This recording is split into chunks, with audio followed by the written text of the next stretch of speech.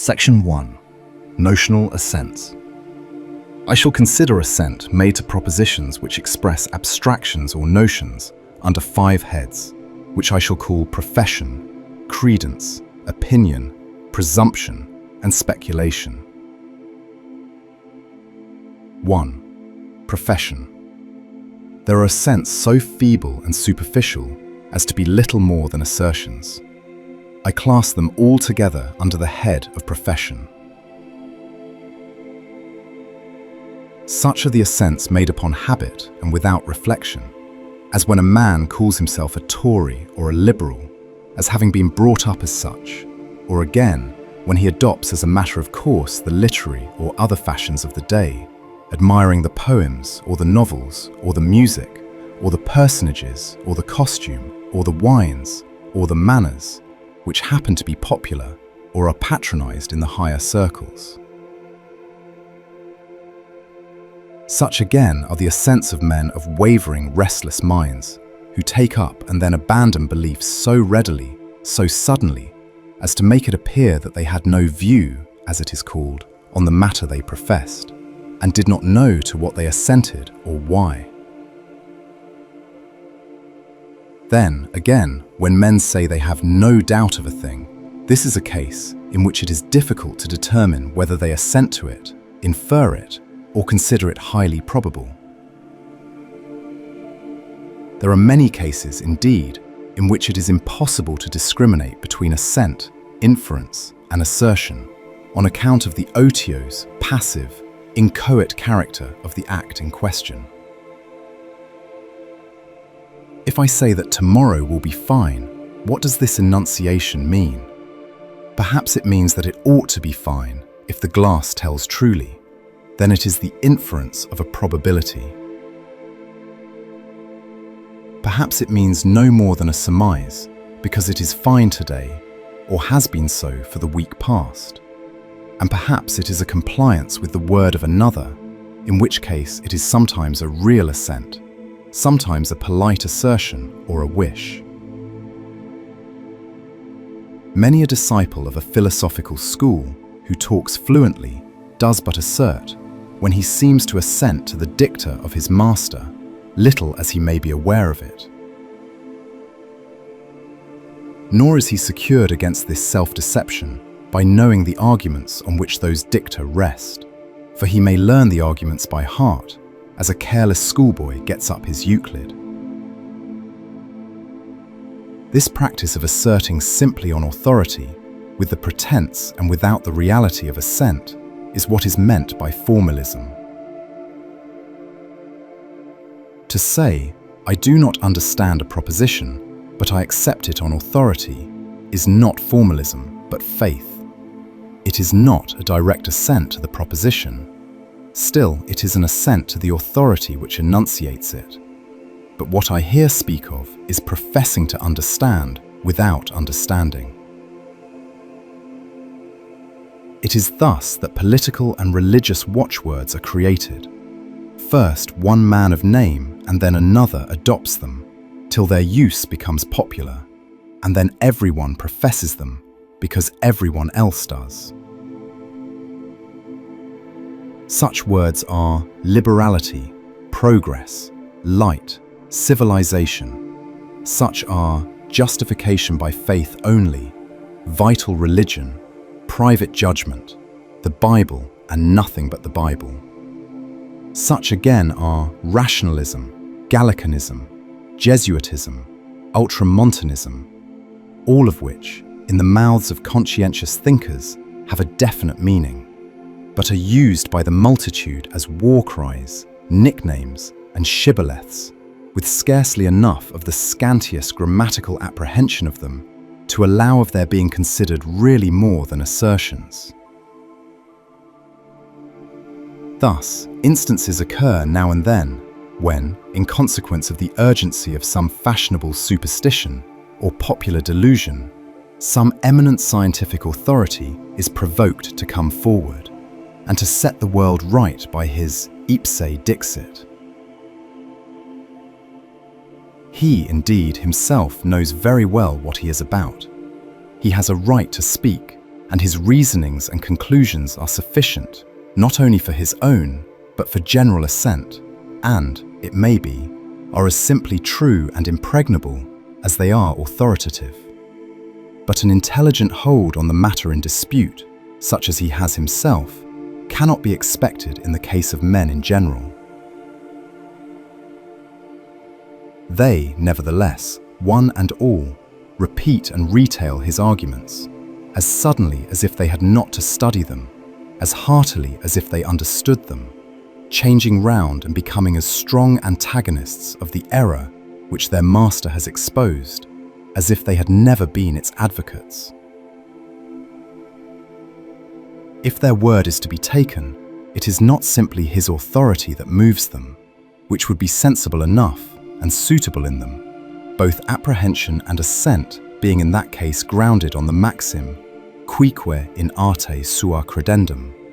But so far forth as they disown this motive and claim to judge in a scientific question of the worth of arguments, which require some real knowledge, they are little better, not of course in a very serious matter, than pretenders and formalists. Not only authority but inference also may impose on us assents, which in themselves are little better than assertions, and which, so far as they are assents, can only be notional assents, as being assents not to the propositions inferred, but to the truth of those propositions. For instance, it can be proved by irrefragable calculations that the stars are not less than billions of miles distant from the Earth.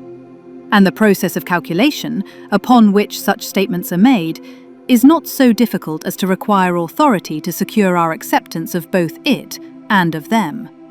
Yet who can say that he has any real, nay, any notional apprehension of a billion or a trillion? We can, indeed, have some notion of it if we analyse it into its factors, if we compare it with other numbers, or if we illustrate it by analogies or by its implications. But I am speaking of the vast number in itself. We cannot assent to a proposition of which it is the predicate. We can but assent to the truth of it. This leads me to the question whether belief in a mystery can be more than an assertion. I consider it can be an assent, and my reasons for saying so are as follows. A mystery is a proposition conveying incompatible notions, or is a statement of the inconceivable. Now, we can assent to propositions, and a mystery is a proposition, provided we can apprehend them. Therefore, we can assent to a mystery, for, unless we in some sense apprehended it, we should not recognize it to be a mystery, that is, a statement uniting incompatible notions. The same act, then, which enables us to discern that the words of the proposition express a mystery, capacitates us for assenting to it. Words which make nonsense do not make a mystery. No one would call Warton's line, "Revolving swans proclaim the welkin near," an inconceivable assertion. It is equally plain that the assent which we give to mysteries as such is notional assent. For, by the supposition, it is assent to propositions which we cannot conceive, whereas, if we had had experience of them, we should be able to conceive them, and without experience, assent is not real. But the question follows, can processes of inference end in a mystery? That is, not only in what is incomprehensible, that the stars are billions of miles from each other, but in what is inconceivable, in the coexistence of seeming incompatibilities. For how, it may be asked, can reason carry out notions into their contradictories, since all the developments of a truth must, from the nature of the case, be consistent both with it and with each other? I answer, certainly processes of inference, however accurate, can end in mystery. And I solve the objection to such a doctrine thus. Our notion of a thing may be only partially faithful to the original. It may be in excess of the thing, or it may represent it incompletely. And, in consequence, it may serve for it, it may stand for it, only to a certain point, in certain cases, but no further. After that point is reached, the notion and the thing part company, and then the notion, if still used as the representative of the thing, will work out conclusions not inconsistent with itself, but with the thing to which it no longer corresponds. This is seen most familiarly in the use of metaphors. Thus, in an Oxford satire, which deservedly made a sensation in its day, it is said that vice, from its hardness, takes a polish too. Whence we might argue that, whereas Caliban was vicious, he was therefore polished. But politeness and Caliban are incompatible notions. Or again, when someone said, perhaps to Dr. Johnson, that a certain writer, say Hume, was a clear thinker, he made answer, "All shallows are clear." But supposing Hume to be in fact both a clear and a deep thinker, yet supposing clearness and depth are incompatible in their literal sense, which the objection seems to imply, and still in their full literal sense were to be ascribed to Hume, then our reasoning about his intellect has ended in the mystery. Deep Hume is shallow. Whereas the contradiction lies not in the reasoning, but in the fancying that inadequate notions can be taken as the exact representations of things.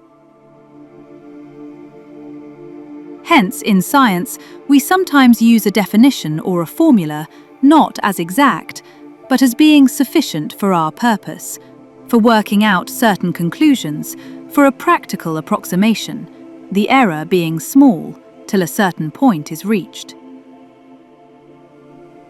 This is what, in theological investigations, I should call an economy. A like contrast between notions and the things which they represent is the principle of suspense and curiosity in those enigmatical sayings which were frequent in the early stage of human society. In them, the problem proposed to the acuteness of the hearers is to find some real thing which may unite in itself certain conflicting notions which in the question are attributed to it. Out of the eater came forth meat, and out of the strong came forth sweetness. Or, what creature is that which in the morning goes on 4 legs, at noon on 2, and on 3 in the evening? The answer, which names the thing, interprets and thereby limits the notions under which it has been represented. Let us take an example in algebra. Its calculus is commonly used to investigate not only the relations of quantity generally, but geometrical facts in particular. Now, it is at once too wide and too narrow for such a purpose, fitting on to the doctrine of lines and angles with a bad fit, as the coat of a short and stout man might serve the needs of one who was tall and slim. Certainly it works well for geometrical purposes up to a certain point, as when it enables us to dispense with the cumbrous method of proof in questions of ratio and proportion, which is adopted in the 5th book of Euclid. But what are we to make of the 4th power of A when it is to be translated into geometrical language? If, from this algebraical expression, we determined that space admitted of 4 dimensions, we should be enunciating a mystery, because we should be applying to space a notion which belongs to quantity. In this case, algebra is in excess of geometrical truth. Now, let us take an instance in which it falls short of geometry. What is the meaning of the square root of -a? Here, the mystery is on the side of algebra, and, in accordance with the principle which I am illustrating, it has sometimes been considered as an abortive effort to express what is really beyond the capacity of algebraical notation, the direction and position of lines in the third dimension of space, as well as their length upon a plane. When the calculus is urged on by the inevitable course of the working to do what it cannot do, it stops short as if in resistance and protests by an absurdity. Our notions of things are never simply commensurate with the things themselves. They are aspects of them, more or less exact, and sometimes a mistake ab initio. Take an instance from arithmetic. We are accustomed to subject all that exists to numeration. But, to be correct, we are bound first to reduce to some level of possible comparison the things which we wish to number. We must be able to say not only that they are 10, 20 or 100, but so many definite somethings. For instance, we could not, without extravagance, throw together Napoleon's brain, ambition, hand, soul, smile, height and age at Marengo and say that there were 7 of them, though there are 7 words. Nor will it even be enough to content ourselves with what may be called a negative level, viz., that these 7 were an un-English or are a departed 7. Unless numeration is to issue in nonsense, it must be conducted on conditions. This being the case, there are, for what we know, collections of beings to whom the notion of number cannot be attached, except catachrestically, because, taken individually, no positive point of real agreement can be found between them by which to call them. If indeed we can denote them by a plural noun, then we can measure that plurality. But if they agree in nothing, they cannot agree in bearing a common name, and to say that they amount to 1,000 these or those is not to number them, but to count up a certain number of names or words which we have written down. Thus, the angels have been considered by divines to have each of them a species to himself, and we may fancy each of them so absolutely sui similis as to be like nothing else, so that it would be as untrue to speak of 1,000 angels as of 1,000 Hannibals or Ciceros. It will be said, indeed, that all beings but one at least will come under the notion of creatures, and are dependent upon that one. But that is true of the brain, smile, and height of Napoleon, which no one would call 3 creatures. But, if all this be so, much more does it apply to our speculations concerning the Supreme Being, whom it may be unmeaning, not only to number with other beings, but to subject to number in regard to his own intrinsic characteristics. That is, to apply arithmetical notions to him may be as unphilosophical as it is profane. Though he is at once Father, Son, and Holy Ghost, the word Trinity belongs to those notions of him which are forced on us by the necessity of our finite conceptions, the real and immutable distinction which exists between person and person, implying in itself no infringement of his real and numerical unity. And if it be asked how, if we cannot properly speak of him as 3, we can speak of him as 1, I reply that he is not one in the way in which created things are severally units, for 1, as applied to ourselves, is used in contrast to 2 or 3 and a whole series of numbers. But of the Supreme Being, it is safer to use the word monad than unit, for he has not even such relation to his creatures as to allow, philosophically speaking, of our contrasting him with them. Coming back to the main subject, which I have illustrated at the risk of digression, I observe that an alleged fact is not therefore impossible because it is inconceivable. For the incompatible notions, in which consists its inconceivableness, need not each of them really belong to it in that fullness which involves their being incompatible with each other. It is true indeed that I deny the possibility of two straight lines enclosing a space on the ground of its being inconceivable, but I do so because a straight line is a notion and nothing more, and not a thing, to which I may have attached a notion more or less unfaithful. I have defined a straight line in my own way at my own pleasure. The question is not one of facts at all, but of the consistency with each other of definitions and of their logical consequences.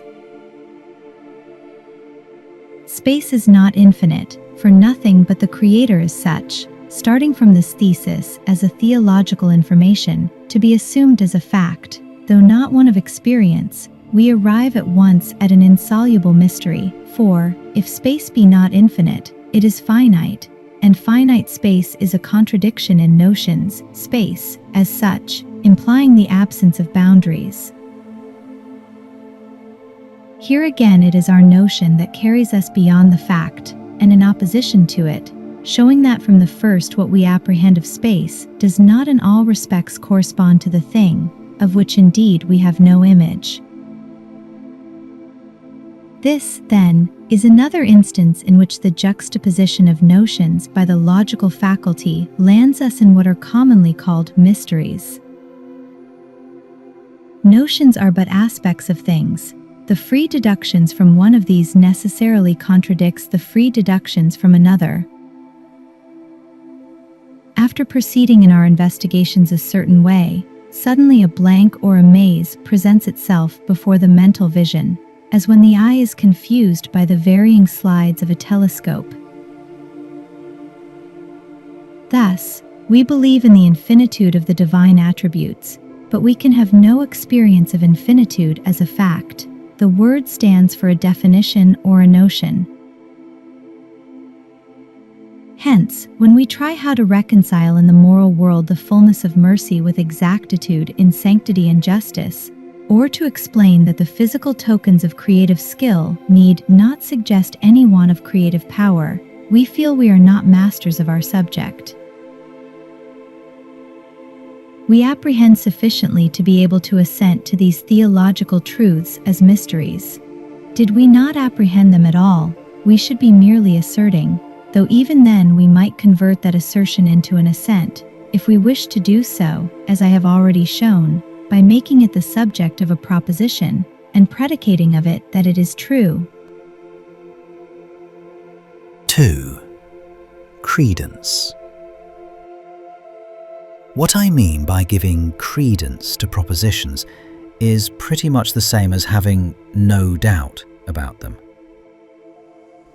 It is the sort of assent which we give to those opinions and professed facts which are ever presenting themselves to us without any effort of ours, and which we commonly take for granted, thereby obtaining a broad foundation of thought for ourselves and a medium of intercourse between ourselves and others. This form of notional assent comprises a great variety of subject matters, and is, as I have implied, of an otiose and passive character, accepting whatever comes to hand from whatever quarter, warranted or not, so that it convey nothing on the face of it to its own disadvantage. From the time that we begin to observe, think, and reason to the final failure of our powers, we are ever acquiring fresh and fresh informations by means of our senses, and still more from others and from books. The friends or strangers whom we fall in with in the course of the day, the conversations or discussions to which we are parties, the newspapers, the light reading of the season, our recreations, our rambles in the country, our foreign tours, all pour their contributions of intellectual matter into the storehouses of our memory. And, though much may be lost, much is retained. These informations, thus received with a spontaneous assent, constitute the furniture of the mind, and make the difference between its civilized condition and a state of nature. They are its education, as far as general knowledge can so be called. And though education is discipline as well as learning, still, unless the mind implicitly welcomes the truths, real or ostensible, which these informations supply, it will gain neither formation nor a stimulus for its activity and progress. Besides, to believe frankly what it is told is in the young an exercise of teachableness and humility. Credence is the means by which, in high and low, in the man of the world and in the recluse, our bare and barren nature is overrun and diversified from without with a rich and living clothing.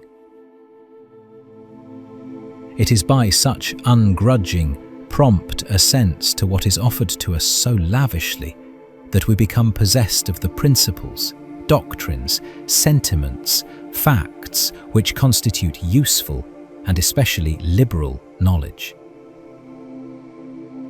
These various teachings, shallow though they be, are of a breadth which secures us against those lacunae of knowledge which are apt to befall the professed student, and keep us up to the mark in literature, in the arts, in history, and in public matters. They give us in great measure our morality, our politics, our social code, our art of life. They supply the elements of public opinion, the watchwords of patriotism, the standards of thought and action. They are our mutual understandings, our channels of sympathy, our means of cooperation, and the bond of our civil union. They become our moral language. We learn them as we learn our mother tongue. They distinguish us from foreigners. They are, in each of us, not indeed personal, but national characteristics. This account of them implies that they are received with a notional, not a real, assent. They are too manifold to be received in any other way. Even the most practiced and earnest minds must needs be superficial in the greater part of their attainments. They know just enough on all subjects, in literature, history, politics, philosophy and art, to be able to converse sensibly on them, and to understand those who are really deep in one or other of them. This is what is called, with a special appositeness, a gentleman's knowledge, as contrasted with that of a professional man, and is neither worthless nor despicable if used for its proper ends. But it is never more than the furniture of the mind, as I have called it. It never is thoroughly assimilated with it. Yet, of course, there is nothing to hinder those who have even the largest stock of such notions from devoting themselves to one or other of the subjects to which those notions belong, and mastering it with a real apprehension. And then, their general knowledge of all subjects may be made variously useful in the direction of that particular study or pursuit which they have selected.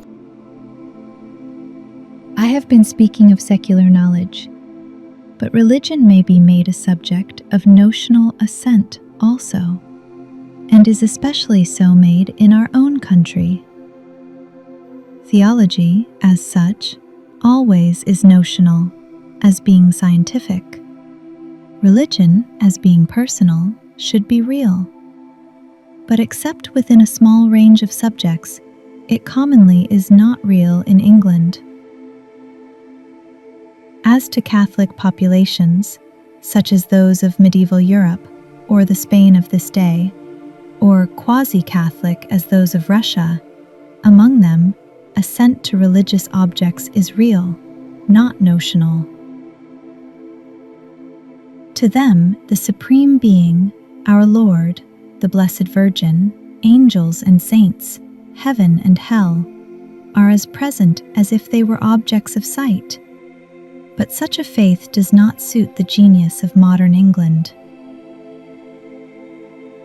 There is in the literary world just now an affectation of calling religion a sentiment, and it must be confessed that usually it is nothing more with our own people, educated or rude.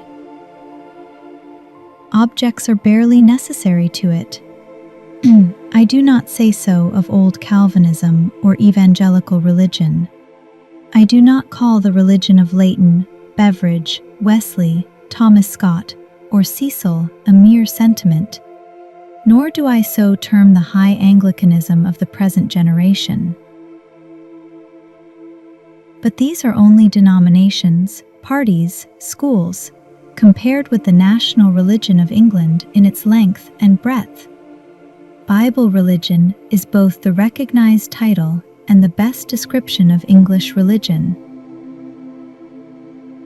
It consists not in rites or creeds, but mainly in having the Bible read in church, in the family, and in private. Now I am far indeed from undervaluing that mere knowledge of Scripture which is imparted to the population thus promiscuously. At least in England, it has to a certain point made up for great and grievous losses in its Christianity. The reiteration, again and again, in fixed course in the public service, of the words of inspired teachers under both covenants, and that in grave, majestic English, has in matter of fact been to our people of vast benefit. It has attuned their minds to religious thoughts. It has given them a high moral standard. It has served them in associating religion with compositions which, even humanly considered, are among the most sublime and beautiful ever written.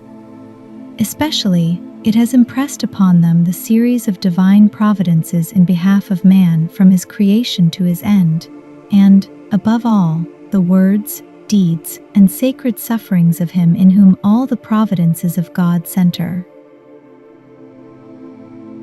So far, the indiscriminate reading of Scripture has been of service. Still, much more is necessary than the benefits which I have enumerated to answer to the idea of a religion, whereas our national form professes to be little more than thus reading the Bible and living a correct life. It is not a religion of persons and things, of acts of faith and of direct devotion, but of sacred scenes and pious sentiments. It has been comparatively careless of creed and catechism, and has in consequence shown little sense of the need of consistency in the matter of its teaching. Its doctrines are not so much facts as stereotyped aspects of facts, and it is afraid, so to say, of walking round them. It induces its followers to be content with this meager view of revealed truth, or, rather, it is suspicious and protests, or is frightened, as if it saw a figure in a picture move out of its frame, when our Lord, the Blessed Virgin, or the holy apostles are spoken of as real beings, and really such as Scripture implies them to be. I am not denying that the assent which it inculcates and elicits is genuine as regards its contracted range of doctrine, but it is at best notional. What Scripture especially illustrates from its first page to its last is God's providence, and that is nearly the only doctrine held with a real assent by the mass of religious Englishmen. Hence the Bible is so great a solace and refuge to them in trouble.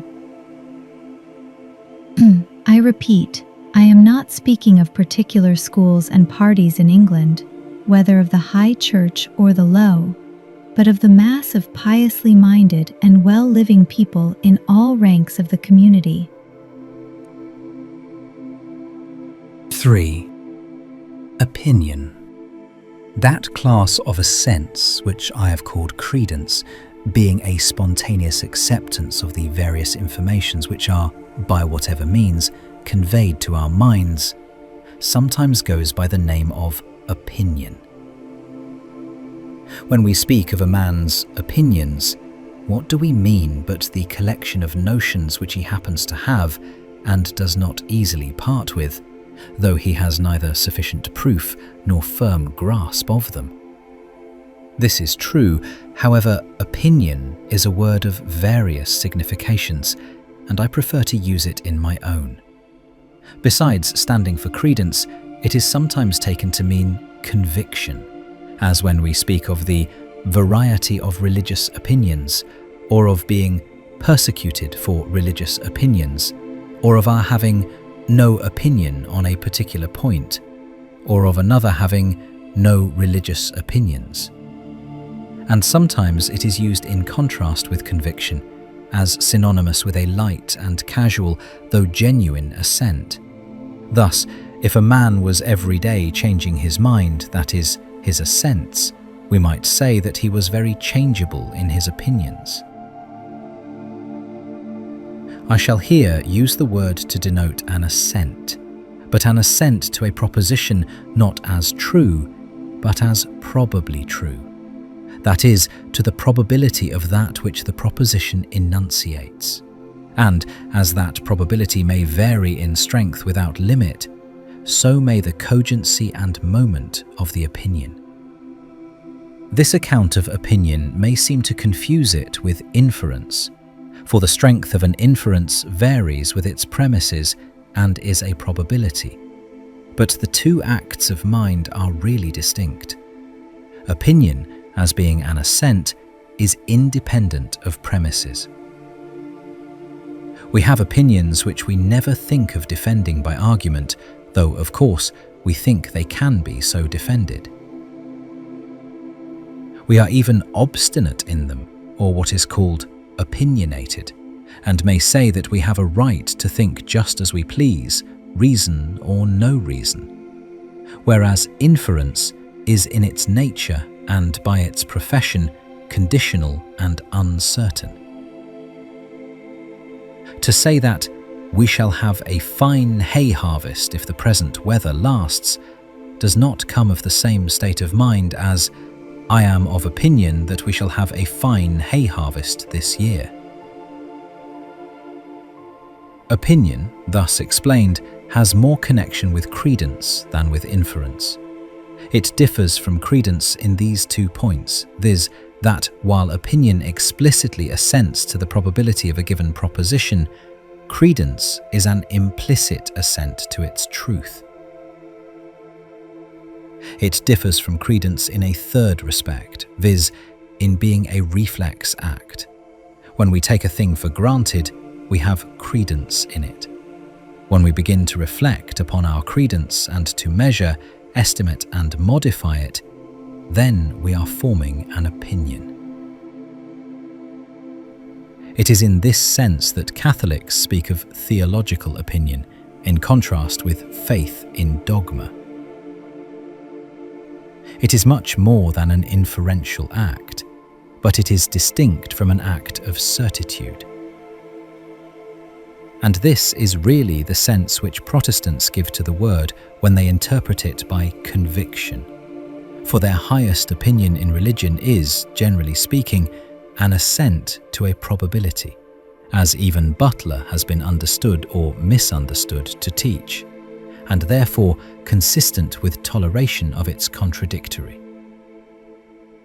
Opinion, being such as I have described, is a notional assent, for the predicate of the proposition on which it is exercised is the abstract word probable.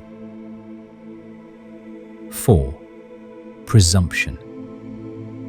By presumption, I mean an assent to first principles, and by first principles, I mean the propositions with which we start in reasoning on any given subject matter. They are in consequence very numerous, and vary in great measure with the persons who reason, according to their judgment and power of assent, being received by some minds, not by others, and only a few of them received universally. They are all of them notions, not images, because they express what is abstract, not what is individual and from direct experience. 1. Sometimes our trust in our powers of reasoning and memory, that is, our implicit assent to their telling truly, is treated as a first principle. But we cannot properly be said to have any trust in them as faculties. At most, we trust in particular acts of memory and reasoning. We are sure there was a yesterday and that we did this or that in it. We are sure that 3 times 6 is 18 and that the diagonal of a square is longer than the side. So far as this, we may be said to trust the mental act by which the object of our assent is verified. But in doing so, we imply no recognition of a general power or faculty, or of any capability or affection of our minds over and above the particular act. We know indeed that we have a faculty by which we remember, as we know we have a faculty by which we breathe. But we gain this knowledge by abstraction or inference from its particular acts, not by direct experience. Nor do we trust in the faculty of memory or reasoning as such, even after that we have inferred its existence, for its acts are often inaccurate, nor do we invariably assent to them. However, if I must speak my mind, I have another ground for reluctance to speak of our trusting memory or reasoning, except indeed by a figure of speech. It seems to me unphilosophical to speak of trusting ourselves. We are what we are, and we use, not trust our faculties. To debate about trusting in a case like this is parallel to the confusion implied in wishing I had had a choice if I would be created or no, or speculating what I should be like if I were born of other parents. Proximus sum egomet mihi. Our consciousness of self is prior to all questions of trust or assent. We act according to our nature, by means of ourselves, when we remember or reason. We are as little able to accept or reject our mental constitution as our being. We have not the option, we can but misuse or mar its functions. We do not confront or bargain with ourselves, and therefore I cannot call the trustworthiness of the faculties of memory and reasoning one of our first principles. 2. Next, as to the proposition that things exist external to ourselves, this I do consider a first principle and one of universal reception. It is founded on an instinct. I so call it because the brute creation possesses it. This instinct is directed towards individual phenomena, one by one, and has nothing of the character of a generalization, and, since it exists in brutes, the gift of reason is not a condition of its existence, and it may justly be considered an instinct in man. What the human mind does is what brutes cannot do, viz., to draw from our ever-recurring experiences of its testimony in particulars a general proposition, and, because this instinct or intuition acts whenever the phenomena of sense present themselves, to lay down in broad terms, by an inductive process, the great aphorism that there is an external world, and that all the phenomena of sense proceed from it. This general proposition, to which we go on to assent, goes extensive, though not intensive, far beyond our experience, illimitable as that experience may be, and represents a notion. 3. I have spoken, and I think rightly spoken, of instinct as a force which spontaneously impels us, not only to bodily movements, but to mental acts. It is instinct which leads the quasi-intelligent principle, whatever it is, in brutes to perceive in the phenomena of sense as something distinct from and beyond those phenomena. It is instinct which impels the child to recognize in the smiles or the frowns of a countenance which meets his eyes, not only a being external to himself, but one whose looks elicit in him confidence or fear. And, as he instinctively interprets these physical phenomena as tokens of things beyond themselves, so from the sensations attendant upon certain classes of his thoughts and actions, he gains a perception of an external being, who reads his mind, to whom he is responsible, who praises and blames, who promises and threatens. As I am only illustrating a general view by examples, I shall take this analogy for granted here.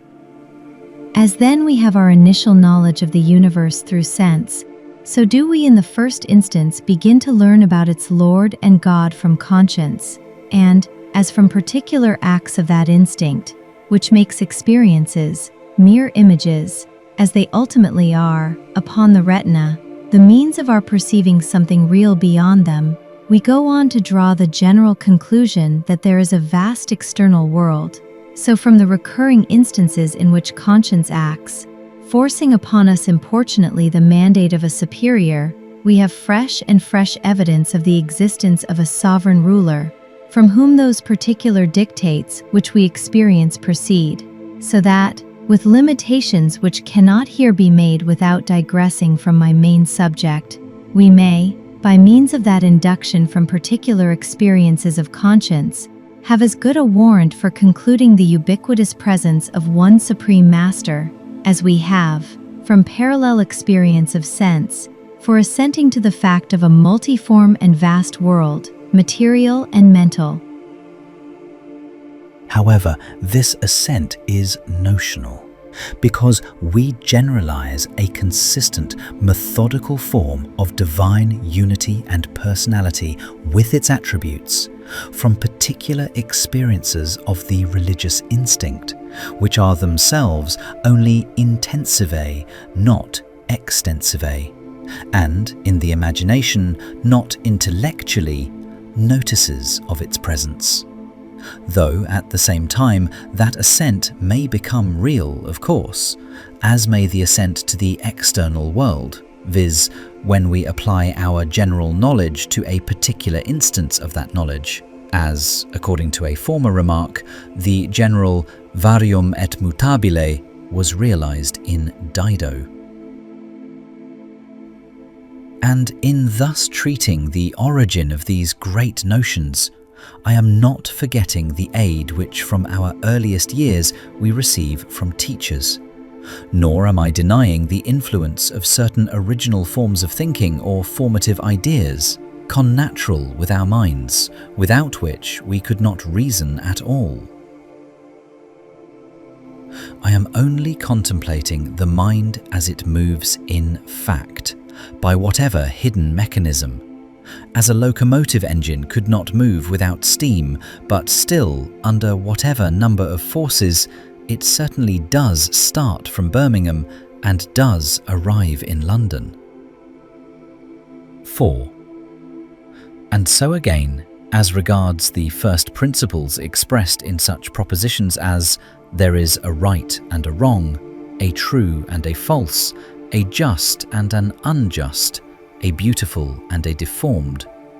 They are abstractions to which we give a notional assent in consequence of our particular experiences of qualities in the concrete, to which we give a real assent.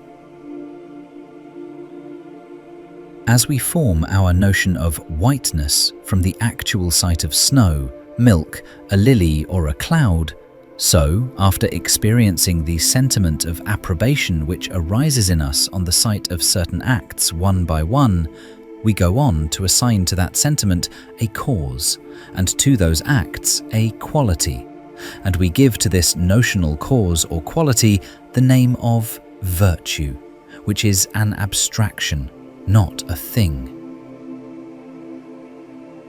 And in like manner, when we have been affected by a certain specific admiring pleasure at the sight of this or that concrete object, we proceed by an arbitrary act of the mind to give a name to the hypothetical cause or quality in the abstract which excites it. We speak of it as beautifulness, and henceforth, when we call a thing beautiful, we mean by the word nothing else than a certain quality of things which creates in us this special sensation. These so-called first principles, I say, are really conclusions or abstractions from particular experiences. And an assent to their existence is not an assent to things or their images, but to notions. Real assent being confined to the propositions directly embodying those experiences. Such notions indeed are an evidence of the reality of the special sentiments in particular instances, without which they would not have been formed. But in themselves they are abstractions from facts, not elementary truths prior to reasoning. I am not, of course, dreaming of denying the objective existence of the moral law, nor our instinctive recognition of the immutable difference in the moral quality of acts as elicited in us by one instance of them. Even one act of cruelty, ingratitude, generosity, or justice reveals to us at once intensive the immutable distinction between those qualities and their contraries. That is, in that particular instance, and pro hac vice. From such experience, an experience which is ever recurring, we proceed to abstract and generalize. And thus the abstract proposition, there is a right and a wrong, as representing an act of inference, is received by the mind with a notional, not a real assent. However, in proportion as we obey the particular dictates which are its tokens, so are we led on more and more to view it in the association of those particulars which are real, and virtually to change our notion of it into the image of that objective fact which, in each particular case, it undeniably is. 5. Another of these presumptions is the belief in causation. It is to me a perplexity that grave authors seem to enunciate as an intuitive truth, that everything must have a cause. If this were so, the voice of nature would tell false. For why in that case stop short at one, who is himself without cause? The assent which we give to the proposition as a first principle, that nothing happens without a cause, is derived, in the first instance, from what we know of ourselves, and we argue analogically from what is within us to what is external to us. One of the first experiences of an infant is that of his willing and doing, and, as time goes on, one of the first temptations of the boy is to bring home to himself the fact of his sovereign arbitrary power, though it be at the price of waywardness, mischievousness, and disobedience. And when his parents, as antagonists of this willfulness, begin to restrain him, and to bring his mind and conduct into shape, then he has a second series of experiences of cause and effect, and that upon a principle or rule. Thus the notion of causation is one of the first lessons which he learns from experience, that experience limiting it to agents possessed of intelligence and will. It is the notion of power combined with a purpose and an end. Physical phenomena, as such, are without sense, and experience teaches us nothing about physical phenomena as causes. Accordingly, wherever the world is young, the movements and changes of physical nature have been, and are spontaneously ascribed by its people to the presence and will of hidden agents, who haunt every part of it, the woods, the mountains and the streams, the air and the stars, for good or for evil, just as children again, by beating the ground after falling, imply that what has bruised them has intelligence, nor is there anything illogical in such a belief. It rests on the argument from analogy. As time goes on and society is formed and the idea of science is mastered, a different aspect of the physical universe presents itself to the mind. Since causation implies a sequence of acts in our own case, and our doing is always posterior, never contemporaneous or prior, to our willing, therefore, when we witness invariable antecedents and consequence, we call the former the cause of the latter, though intelligence is absent from the analogy of external appearances.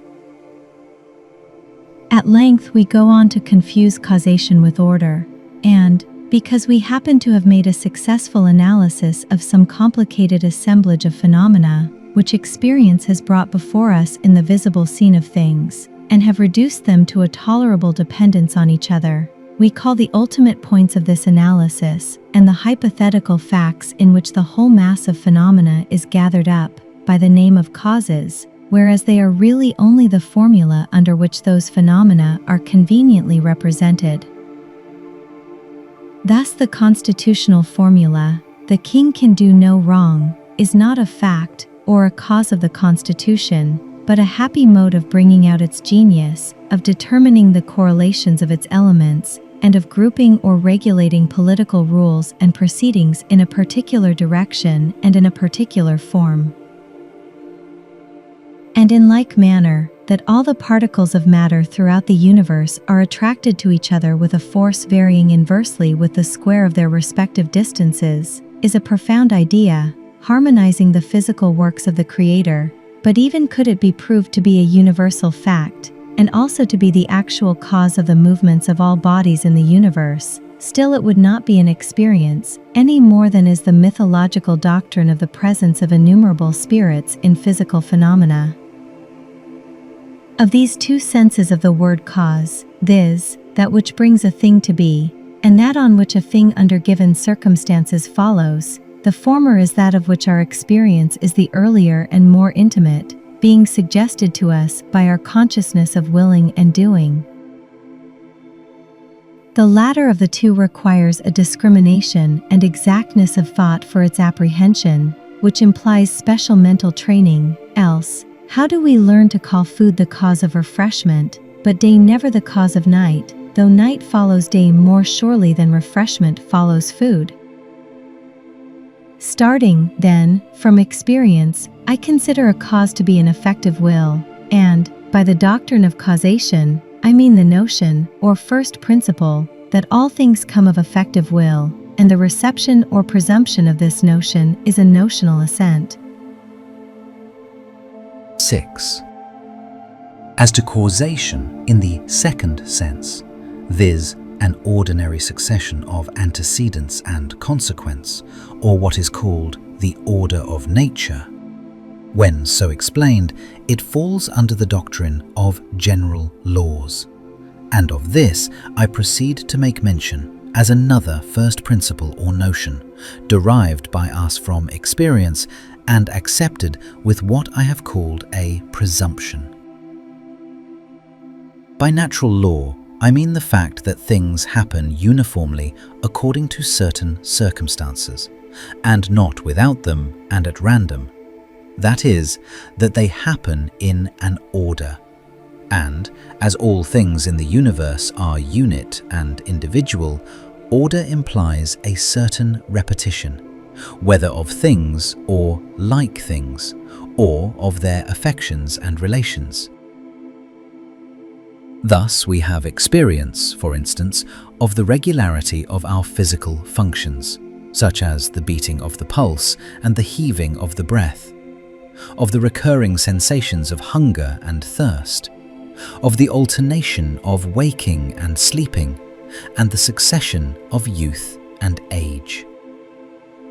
In like manner, we have experience of the great recurring phenomena of the heavens and earth, of day and night, summer and winter. Also, we have experience of a like uniform succession in the instance of fire burning, water choking, stones falling down and not up, iron moving towards a magnet, friction followed by sparks and crackling, an oar looking bent in the stream, and compressed steam bursting its vessel.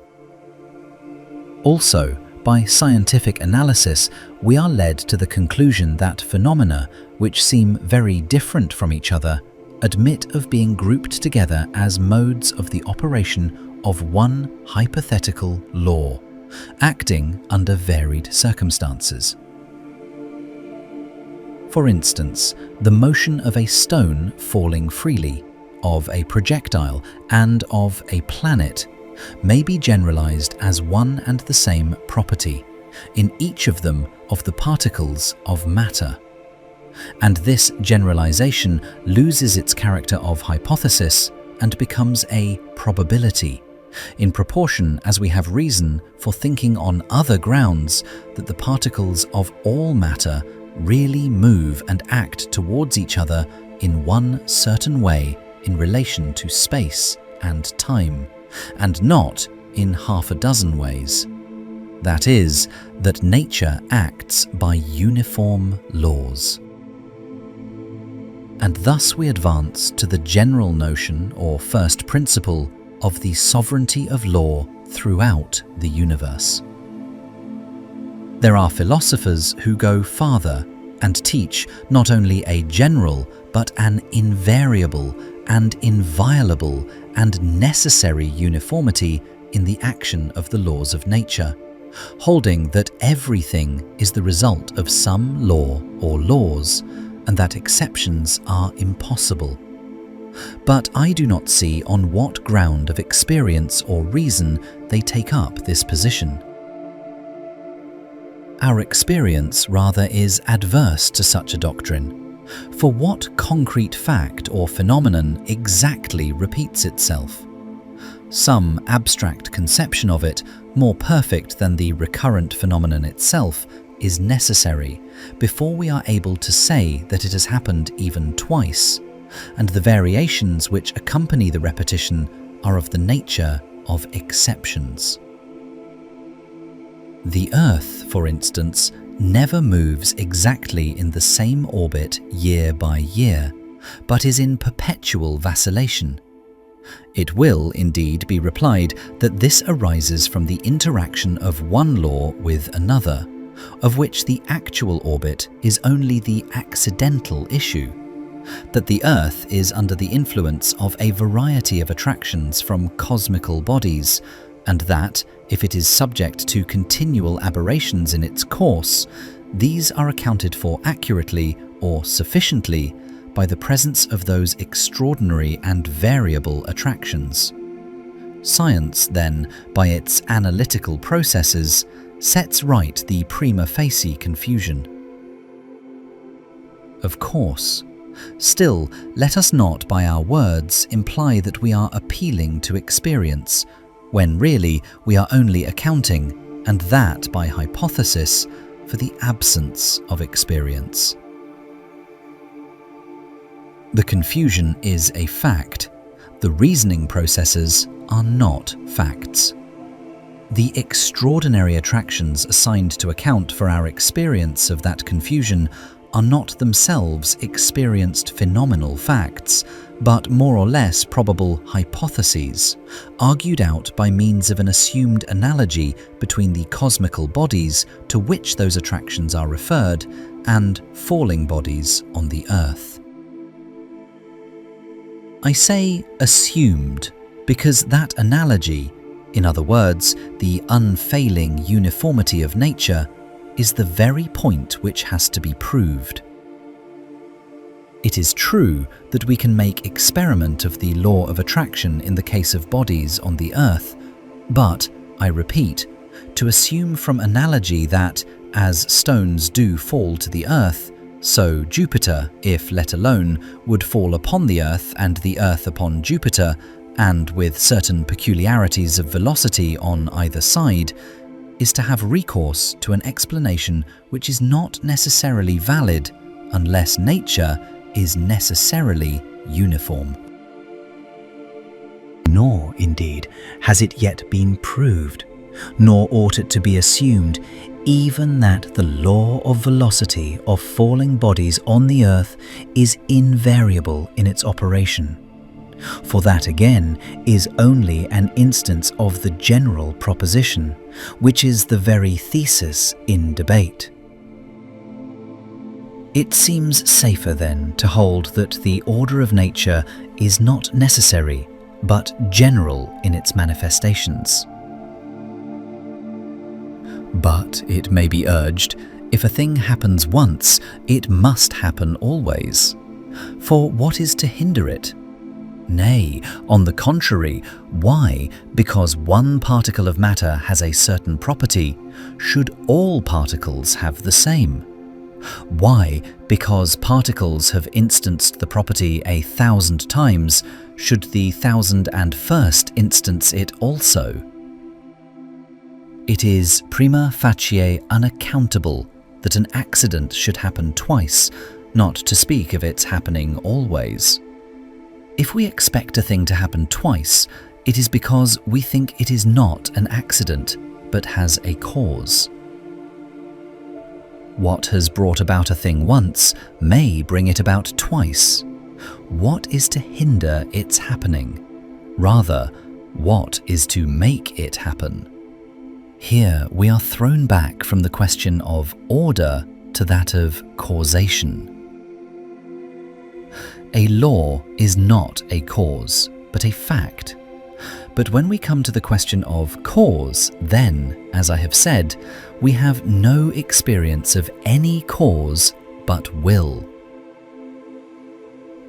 If, then, I must answer the question, what is to alter the order of nature? I reply, that which willed it. That which willed it can unwill it, and the invariableness of law depends on the unchangeableness of that will. And here I am led to observe that, as a cause implies a will, so order implies a purpose. Did we see flint celts in their various receptacles all over Europe, scored always with certain special and characteristic marks, even though those marks had no assignable meaning or final cause whatever, we should take that very repetition, which indeed is the principle of order, to be a proof of intelligence. The agency, then, which has kept up and keeps up the general laws of nature, energizing at once in Sirius and on the Earth in its primary period, as well as in the 19th century, must be mind and nothing else, and mind at least as wide and as enduring in its living action as the immeasurable ages and spaces of the universe on which that agency has left its traces. In these remarks I have digressed from my immediate subject, but they have some bearing on points which will subsequently come into discussion. 5. Speculation. Speculation is one of those words which, in the vernacular, have so different a sense from what they bear in philosophy. It is commonly taken to mean a conjecture or a venture on chances, but its proper meaning is mental sight, or the contemplation of mental operations and their results as opposed to experience, experiment, or sense, analogous to its meaning in Shakespeare's line, "Thou hast no speculation in those eyes." In this sense, I use it here. And I use it in this sense to denote those notional assents which are the most direct, explicit, and perfect of their kind, viz., those which are the firm, conscious acceptance of propositions as true. This kind of assent includes the assent to all reasoning and its conclusions, to all general propositions, to all rules of conduct, to all proverbs, aphorisms, sayings, and reflections on men and society. Of course, mathematical investigations and truths are the subjects of this speculative assent. So are legal judgments and constitutional maxims as far as they appeal to us for assent. So are the determinations of science. So are the principles, disputations, and doctrines of theology.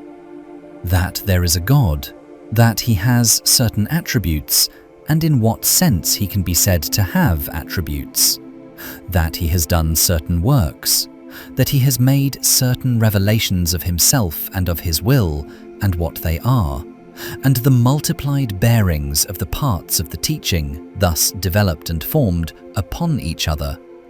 All this is the subject of notional assent, and of that particular department of it which I have called speculation.